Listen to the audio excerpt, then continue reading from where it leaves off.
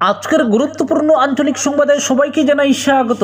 আজ 19 নভেম্বর মঙ্গলবার। আজকের সন্ধ্যার বিশেষ বিশেষ খবর হলো হাইলাকান্দির দুই বিধায়ক কংগ্রেসে বিরতে তৎপর, দাবি জেলা সভাপতির। বিহু সংক্রান্তির আগেই পঞ্চায়েত নির্বাচন, ঘোষণা পঞ্চায়েত মন্ত্রী রঞ্জিত কুমার দাসের। বৃহস্পতিবার করিমগঞ্জে বরাকের রেশন ডিলারদের সভা। পানীয় জল নিয়ে হাইলাকান্দি শহরে হাহাকার অব্যাহত, পানীয় জলের দাবিতে পথে মহিলারা। বারগবকে চাকরি থেকে বরখাস্তের দাবি, দুটি পৃথক এজাহার দেবব্রত শইকিয়ার, সরব লুরিনজ্যোতি অখিল গগৈও। ব্যর্থতার দায় নিয়ে অমিত শাহ বীরেন সিংয়ের ইস্তফা চাইল কংগ্রেস, ভয়াবহ মণিপুরের পরিস্থিতি। মুপায় মেগা ব্লকের গেরো যাত্রী হয়রানি চরমে, কার্যত অবরুদ্ধ বরাক। বিমান সড়ক পথে বাড়া নাগালের বাইরে, নির্বিকার সাংসদ বিধায়ক, শাসক বিরোধী রাজনৈতিক দলগুলি। লুয়েরপুয়া ও পাথারকান্দি ব্লকের বিভিন্ন জিপির কৃষকদের মধ্যে বীজ সার বন্টন। এবং সর্বশেষ খবরটি হল জিরিঘাটে কমান্ডো ব্যাটালিয়ন মোতায়েন, পরিদর্শন এসপির। এবারে শুনুন বিস্তারিত খবর। হাইলাকান্দির দুই বিধায়ক কংগ্রেস দলে যোগদান করতে দৌড়ঝাঁপ করছেন। চাঞ্চল্যকর এই মন্তব্য করেন হাইলাকান্দি জেলা কংগ্রেস সভাপতি শামসুদ্দিন। হাইলাকান্দি জেলা কংগ্রেস ভবনে শতাধিক কর্মী ও সমর্থকদের নিয়ে শক্তি প্রদর্শন করে কংগ্রেস দলে যোগদান করেন মইনুল ইসলাম মাজার বুইয়া হুকন। এ উপলক্ষে আয়োজিত সভায় হাইলাকান্দি জেলা কংগ্রেস সভাপতি বড় ঘোষণা করে বলেন, হাইলাকান্দির দুই বিধায়ক কংগ্রেস দলে যোগদান করতে দৌড়ঝাঁপ করছেন, তবে কংগ্রেস দলে মন্ত্রী বিধায়কদের দরকার নেই। কংগ্রেস দলকে সমর্থন করছেন জনগণ। জনপ্রিয়তার নিরিখে হাইলাকান্দিতে প্রথম স্থানে রয়েছে কংগ্রেস। লোকসভা নির্বাচনে কংগ্রেস দল হাইলাকান্দিতে সর্বাধিক ভোট পেয়েছে। লোকসভা নির্বাচনে জনপ্রিয়তার নিরিখে কংগ্রেস প্রার্থী তালিকায় হাফিজ রশিদ আহমেদ চৌধুরীর নাম 1 নম্বরে ছিল। লোকসভা নির্বাচনের মতো পঞ্চায়েত নির্বাচনে আঞ্চলিক পঞ্চায়েত থেকে জেলা পরিষদ পদে প্রার্থী দেবে কংগ্রেস। হাইলাকান্দির জেলা পরিষদ দখল করার সঙ্গে জেলার বেশিরভাগ আঞ্চলিক পঞ্চায়েত দখল করবে কংগ্রেস, এ দাবি করেন হাইলাকান্দি জেলা কংগ্রেস সভাপতি শামসুদ্দিন বড় লস্কর। মইনুল ইসলাম মাজার বুইয়া হুকন পৌষ দলে যোগদান করে বলেন, আনুষ্ঠানিকভাবে কংগ্রেস দলে যোগদান করলেও আগে থেকেই দলের হয়ে কাজ করছেন। অপরদিকে বুগালী বিহু তথা পৌষ সংক্রান্তির আগেই পঞ্চায়েত নির্বাচন হবে রাজ্যে, একথা জানান পঞ্চায়েত মন্ত্রী রঞ্জিত কুমার দাস। তিনি বলেন, বর্তমানে ড্রাফট রুল তৈরির কাজ চলছে। আগামী 15 ডিসেম্বরের আগে ড্রাফট রুলের কাজ শেষ হয়ে যাবে। তারপর পঞ্চায়েত নির্বাচনের নোটিফিকেশন জারি করা হবে এবং বিহুর আগেই হবে নির্বাচন। উল্লেখ্য, পঞ্চায়েত নির্বাচনকে ঘিরে ইতিমধ্যেই রাজনৈতিক দলগুলো রণনীতি প্রায় সেরে ফেলেছে, ময়দানে নেমে পড়েছেন দলীয় কর্মীরা। এদিকে পঞ্চায়েত এবং বিধানসভা নির্বাচনের আগে আঞ্চলিক দলগুলোকে একজোট করার উপর গুরুত্ব দেন আসাম জাতীয় পরিষদের সভাপতি লুরিনজ্যোতি গগৈ। তিনি বলেন, বিজেপিকে রুখতে আধুনিক রাজনৈতিক কৌশল অবলম্বন করে এগিয়ে যেতে হবে, বিশ্বাস অর্জন করতে হবে মানুষের। অপরদিকে বৃহস্পতিবার করিমগঞ্জে বরাকের রেশন ডিলারদের সভা। সারা আসাম সুলভ মূল্য ব্যবসায়ী সংস্থার উদ্যোগে এবং করিমগঞ্জ জেলা রেশন ডিলার সংস্থার সহযোগিতায় আগামী বৃহস্পতিবার জেলা গ্রন্থাগার প্রেক্ষাগৃহে সংস্থার এক সভা অনুষ্ঠিত হবে। করিমগঞ্জ জেলা গ্রন্থাগার প্রেক্ষাগৃহে এই সভা আয়োজিত হবে আগামী বৃহস্পতিবার। এই সভায় উপস্থিত থাকবেন সারা ভারত রেশন ডিলার ফেডারেশনের সাধারণ সম্পাদক বিশ্বাম্বর বসু এবং সারা আসাম সুলভ মূল্য ব্যবসায়ী সংস্থার সভাপতি ধরণীধর বরা। বরাক উপত্যকায় প্রথমবারের মতো আয়োজিত রাজ্য সংস্থার এই সভায় কাচাল, করিমগঞ্জ এবং হাইলাকান্দি জেলার রেশন ডিলারদের বিভিন্ন সমস্যার বিষয়ে আলোচনা করা হবে। এছাড়াও রেশন ডিলারদের বকেয়া প্রাপ্য আদায়, কমিশন বৃদ্ধি, নিয়মিত কমিশন প্রদান সহ অন্যান্য দাবি নিয়েও সভায় আলোচনা করা হবে বলে জানিয়েছেন করিমগঞ্জ জেলা রেশন ডিলার সংস্থা কর্তৃপক্ষ। এদিকে সংস্থার কেন্দ্র এবং রাজ্য স্তরের নেতাদের উপস্থিতিতে আয়োজিত এই সভা ঘিরে জোর প্রস্তুতি চলছে করিমগঞ্জে। উপত্যকার 3 জেলার প্রায় 3000-এরও বেশি রেশন ডিলার এই সভায় থাকবেন।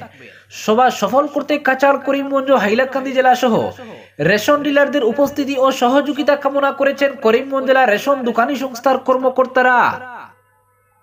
অপরদিকে পানবাজার থানার সাসপেন্ড ওসি বারগব বরবরাকে চাকরি থেকে বরখাস্ত করার দাবি জানিয়েছেন বিরোধী দলনেতা দেবব্রত শইকিয়া।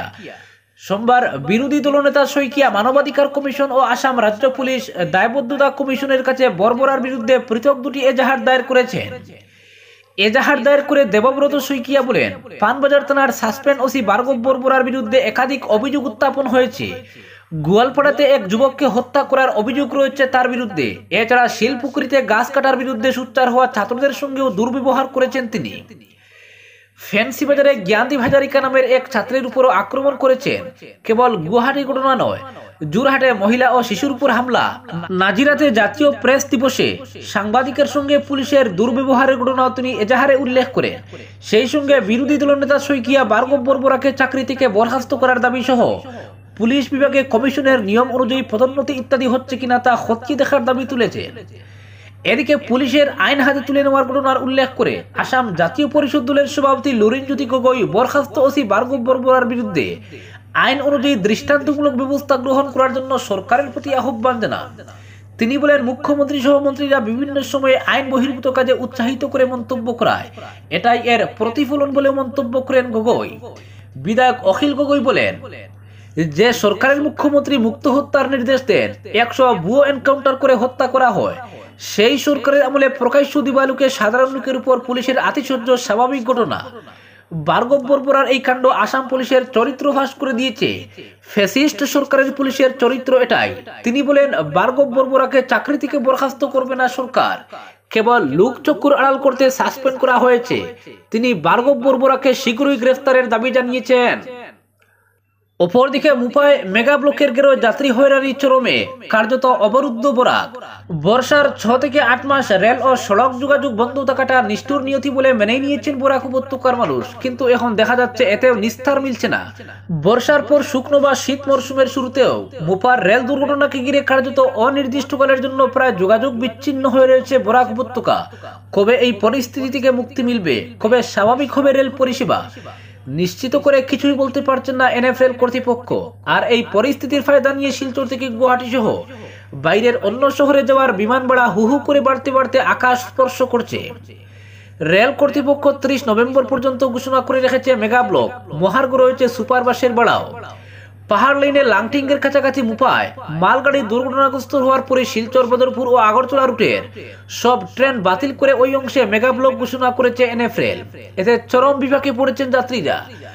2-3 দিন পর বাকি কয়েকটি চালু করা হলে পাহাড় লাইনে এখন পর্যন্ত শিলচর রঙ্গিয়া এক্সপ্রেস এবং শিলচর কলকাতা স্পেশাল ট্রেন বাতিল করে রাখা হয়েছে 28 নভেম্বর পর্যন্ত। বাকি ট্রেনগুলি চালালেও সময়ের কোনো বালাই থাকছে না। সকালে রওনা হওয়া ট্রেন মেগা ব্লক নামক অনিশ্চয়তার জন্য নির্ধারিত সময় পেরিয়ে কখনো গভীর রাতে পৌঁছচ্ছে, কখনো পৌঁছাচ্ছে পরদিন দুপুর কিংবা বিকেলে। লেট হচ্ছে 10 থেকে 12 ঘন্টা।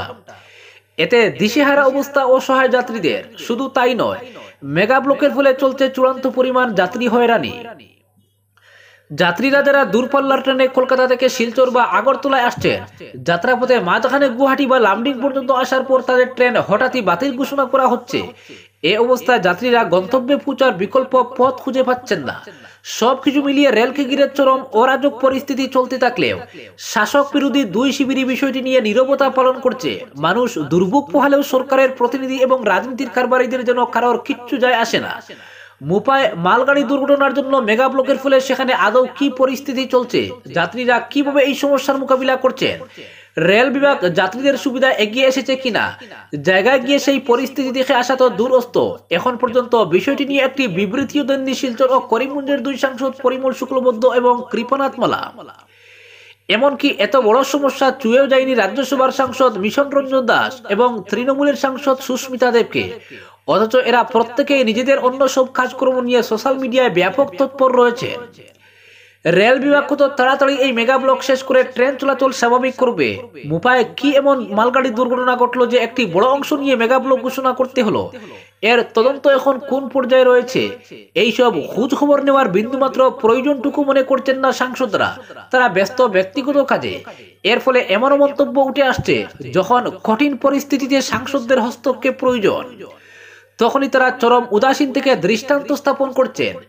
মেগা ব্লকের ফলে ট্রেন চলাচল যখন বিপর্যস্ত, তখন বিকল্প হিসেবে বদরপুর জুয়াই জাতীয় সড়ক এবং হাফলং সড়ক দুটির কোনোটিতেই ঠিকমতো যাতায়াত করা যাচ্ছে না। প্রাণের ঝুঁকি নিয়ে 3 গুণ বাড়ায় কিছু যানবাহন চললেও সাধারণ মানুষের পক্ষে সেই খরচ বহন করা সম্ভব হচ্ছে না। এই সমস্যা নিয়ে সরব হয়েছে north east railway passengers association. সংগঠনের তরফে ইতিমধ্যে এনএফএল এর জিএম এবং লামডিং এর ডিআরএম কে স্মারকপত্র দেওয়া হয়েছে। অ্যাসোসিয়েশনের সাধারণ সম্পাদক সুব্রতজ্যোতি সরকার বলেছেন, এনএফএল এর উচিত ছিল হঠাৎ করে মেগা ব্লক ঘোষণার আগে যাত্রী কমিটি, রেলওয়ে ইউজার্স কমিটি সহ সংশ্লিষ্ট সব কর্তৃপক্ষকে ডেকে বৈঠক করে সিদ্ধান্ত নেওয়ার। সরকার বলেছেন, কেন এনএফএল যাত্রা শুরু করার পর মাঝপথে ট্রেন বাতিল করবে? কেন যাত্রীদের নেমে পড়তে হবে মাঝখানের কোনো স্টেশনে? এভাবে আচমকা নামিয়ে দিলে যাত্রীরা কিভাবে নির্ধারিত গন্তব্যের বাকি পথ পাড়ি দিবেন, সেটা কি ভেবে দেখা উচিত ছিল না রেলের? ট্রেন বাতিলের তথ্য কেন মাত্র 1-1.5 ঘন্টা আগে যাত্রীদের জানানো হবে? এইসব হয়রানি বন্ধের দাবিতে তারা সরব হয়েছেন। তবে সংগঠন সরব হলেও সরব হয়নি শাসক দল বিজেপি, বিরোধী কংগ্রেস এবং তৃণমূল কংগ্রেস। রাজনৈতিক দলগুলিও সাধারণ মানুষের এই সমস্যাকে পাত্তাই দিচ্ছে না। অপরদিকে জিরিঘাটে কমান্ডো ব্যাটালিয়ন মোতায়েন, পরিদর্শন এসপির। উত্তপ্ত পরিস্থিতি জিরিবামে। জাতিদাঙ্গায় একের পর এক মৃত্যু ঘটছে। তার প্রভাব কাছাড় জেলায় যেন না পড়ে এবং কোনো ধরনের অশান্তির পরিবেশ সৃষ্টি না হয়, সেজন্য কড়া নজরদারি রাখছে কাছাড়ের পুলিশ। আসাম মণিপুর সীমান্তের জিরিঘাটে কড়া নিরাপত্তা ব্যবস্থা করা হয়েছে। সীমান্তে আসাম পুলিশের একটি কমান্ডো ব্যাটালিয়ন মোতায়েন করা হয়। পরিস্থিতি খতিয়ে দেখতে প্রতিদিন সীমান্ত এলাকা পরিদর্শন করেন পুলিশ সুপার নুমল মাহাতো। সোমবার রাতেও তার কোনো ব্যতিক্রম হয়নি। দলবল নিয়ে পুলিশ সুপার সীমান্ত এলাকা জিরিঘাট পরিদর্শন করেন। অপরদিকে ব্যর্থতার দায় নিয়ে অমিত শাহ, বীরেন সিংয়ের ইস্তফা চাইল কংগ্রেস। 1.5 বছরেও শান্তি ফিরেনি, বরং জাতিদাঙ্গায় বিধ্বস্ত মণিপুরের পরিস্থিতি আরো ভয়াবহ। আইন শৃঙ্খলা পরিস্থিতি বলতে আর কিছুই নেই। উত্তর পূর্বের রাজ্যটির এই অগ্নিগর্ভ পরিস্থিতির জন্য পুরোপুরি দায়ী কেন্দ্রীয় স্বরাষ্ট্রমন্ত্রী অমিত শাহ এবং রাজ্যের মুখ্যমন্ত্রী বীরেন সিং। তাই এই ব্যর্থতার দায় নিয়ে অমিত শাহ এবং মুখ্যমন্ত্রী বীরেন সিংয়ের ইস্তফা দেওয়া উচিত। মণিপুরের পরিস্থিতি নিয়ে এভাবেই কেন্দ্র ও রাজ্যের বিজেপি সরকারের বিরুদ্ধে তুপ দাগলো দেশের প্রধান বিরোধী দল কংগ্রেস। রাজধানী দিল্লিতে সাংবাদিক সম্মেলন করে এই মন্তব্য করেন কংগ্রেস সাধারণ সম্পাদক জয়রাম রমেশ। সঙ্গে ছিলেন মণিপুর প্রদেশ কংগ্রেস সভাপতি কে মেঘচন্দ্র সিং এবং এআইসিসি ইনচার্জ গিরিশ চূর্ণকর। শুধু অমিত শাহ এবং বীরেন সিংয়ের ইস্তফাই নয়, প্রধানমন্ত্রী নরেন্দ্র মোদীকে শীঘ্রই হিংসাদীর্ণ মণিপুর সফরের দাবি জানিয়েছেন জয়রাম রমেশ। তার অভিযোগ, প্রায় 1.5 বছর ধরে উত্তর পূর্বের এই পাহাড়ি রাজ্যে হিংসা চললেও প্রধানমন্ত্রী নরেন্দ্র মোদী একটিবারের জন্য সেখানে যাওয়ার সময় পাননি। আগামী 25 নভেম্বর থেকে শুরু হতে চলা সংসদের শীতকালীন অধিবেশনের আগেই প্রধানমন্ত্রী রাজ্য সফর করুন এবং মণিপুরের শান্তি স্বাভাবিক পরিস্থিতি পুনর্বহালে প্রয়োজনীয় ব্যবস্থা নিয়ে আলোচনায় একটি সর্বদলীয় বৈঠকের আয়োজন করারও আহ্বান জানিয়েছেন এই বর্ষিয়ান কংগ্রেস নেতা। মণিপুর সমস্যা মোকাবিলায় কেন্দ্রের ব্যর্থতার তীব্র অসন্তোষ ব্যক্ত করে জয়রাম রমেশ এদিন আরো বলেন, প্রধানমন্ত্রী মণিপুর ইস্যু মেটানোর দায় সঁপেছেন কেন্দ্রীয় স্বরাষ্ট্রমন্ত্রী অমিত শাহকে, আর স্বরাষ্ট্রমন্ত্রীর একমাত্র সাফল্য হলো রাজ্যের মুখ্যমন্ত্রী বীরেন সিংয়ের পিঠ বাঁচানো। স্বরাষ্ট্রমন্ত্রী মণিপুরের সাধারণ মানুষের জীবন ও সম্পত্তি রক্ষায় পুরোপুরি ব্যর্থ হয়েছে। সেখানকার নিরীহ মহিলা ও শিশুদের প্রাণ রক্ষা করতে পারেননি অমিত শাহ। ফলে তার উচিত এই ব্যর্থতার দায় স্বীকার করে পদত্যাগ করা। মণিপুরের এই অগ্নিগর্ভ পরিস্থিতির জন্য মুখ্যমন্ত্রী বীরেন সিংহ পুরোপুরি দায়ী। তাকে অনতিবিলম্বে পদত্যাগ করা উচিত। জয়রাম আরো বলেন, গত বছর 3 মে থেকে মণিপুরে আগুন জ্বলছে। এর মধ্যে প্রধানমন্ত্রী দেশ দেশান্তরে ভ্রমণ করে বেড়াচ্ছেন, কিন্তু একবারও মণিপুরে যাওয়ার সময় বের করতে পারেননি। আমাদের দাবি, সংসদের আসন্ন শীতকালীন অধিবেশনের আগেই প্রধানমন্ত্রী মোদী রাজ্য পরিদর্শনে যান। সেখানকার রাজনৈতিক দলগুলির সঙ্গে কথা বলুন, আশ্রয় শিবিরে গিয়ে মানুষের কথা জানার চেষ্টা করুন, মণিপুরের মানুষকে ভরসা দিন। সাংবাদিক সম্মেলনে মণিপুরের প্রদেশ কংগ্রেস সভাপতি কে মেঘচন্দ্র সিং বলেন, রাজ্যে এখনো কোনো আইন শৃঙ্খলা বলে কিছুই নেই। স্বাভাবিক জীবন উদাও, নিরীহ মানুষকে অপহরণ করে খুন, বিশেষ করে মহিলা ও শিশু খুনের ঘটনা বাড়ছে। খুনের হুমকি দিয়ে তুলা আদায় করছে এক শ্রেণীর মানুষ। 2017 সালে প্রধানমন্ত্রী মোদী এক নির্বাচনী সভায় বলেছিলেন, মণিপুরে শান্তি কায়েম করতে যারা পারবে না তাদের ক্ষমতায় থাকার অধিকার নেই। আজ আমি তার কাছে জানতে চাই, ডবল ইঞ্জিন সরকার কি রাজ্যে শান্তি ফেরাতে পেরেছে? কিন্তু আজ মোদীর ভারতে মণিপুর একটি বিস্তৃত রাজ্য। মণিপুরের স্থায়ী রাজ্যপাল নিয়োগে বিলম্ব নিয়েও এদিন প্রশ্ন তুলেছে কংগ্রেস। অপরদিকে পানীয় জল নিয়ে হাইলাকান্দি শহরে হাহাকার অব্যাহত। হাইলাকান্দি শহরবাসীকে দিনে দুবেলা বিশুদ্ধ পানীয় জল প্রদান করতে পুরোপুরি ব্যর্থ রাজ্য সরকার। এখনো হাইলাকান্দি শহরের অধিকাংশ অঞ্চলে বিশুদ্ধ পানীয় জলের জন্য মহিলাদের দিনের পর দিন অপেক্ষা করতে হচ্ছে। আজ এই বিষয়ে শহরের মহিলারা জনস্বাস্থ্য কারিগরি বিভাগের হাইলাকান্দি সংমণ্ডলের কার্যালয় ঘেরাও করে বিক্ষোভ প্রদর্শন করেন। শহরের 6 ও 7 নম্বর ওয়ার্ডের মহিলারা মন্ত্রী জয়ন্ত মল্ল বড়ুয়া এবং পৌরসভার প্রশাসনের উপর ক্ষোভ প্রকাশ করে বলেন, নতুন জলের মোটর কেনার প্রতিশ্রুতি দেওয়া হলেও সেটি বাস্তবায়িত হয়নি। ফলে শহরের বিশুদ্ধ পানীয় জল সরবরাহ ব্যবস্থা এক প্রকার ভেঙে পড়েছে। পৌরসভার কমিশনারদের ভূমিকা নিয়েও প্রশ্ন তুলেন বিক্ষোভকারীরা। এদিকে জনস্বাস্থ্য কারিগরি বিভাগের কার্যবাহী বাস্তুকার অমিতাভ চৌধুরী বিক্ষোভকারীদের আশ্বস্ত করে জানান, 6 এবং 7 নম্বর ওয়ার্ডে জল সরবরাহের জন্য পাইপলাইনে কোনো সমস্যা রয়েছে কিনা তা আগামীকাল থেকে খতিয়ে দেখা হবে। তবে বাসিন্দারা মনে করছেন এই আশ্বাসও পূর্বের প্রতিশ্রুতিগুলির মতোই কেবল কথার কথা হয়ে থেকে যাবে। উল্লেখ্য, হাইলাকান্দি পৌরসভা নিয়মিতভাবে জল কর আদায় করলেও শহরবাসীকে বিশুদ্ধ পানীয় জল সরবরাহে ব্যর্থ। এর ফলে স্থানীয় বাসিন্দাদের মধ্যে প্রশাসনের প্রতি আস্থা হ্রাস পাচ্ছে। অনেকেই বলছেন জল নেই অথচ ট্যাক্স দিয়ে হচ্ছে, এটি অত্যন্ত অন্যায়। এই সমস্যার দ্রুত সমাধানে যথাযথ ব্যবস্থা গ্রহণ না করলে শহরবাসী আরো বৃহৎ আন্দোলনে নামতে বাধ্য হবেন বলে বিক্ষোভকারীরা হুঁশিয়ারি দিয়েছেন। আজকের বিশেষ সংবাদ এখানেই সমাপ্ত।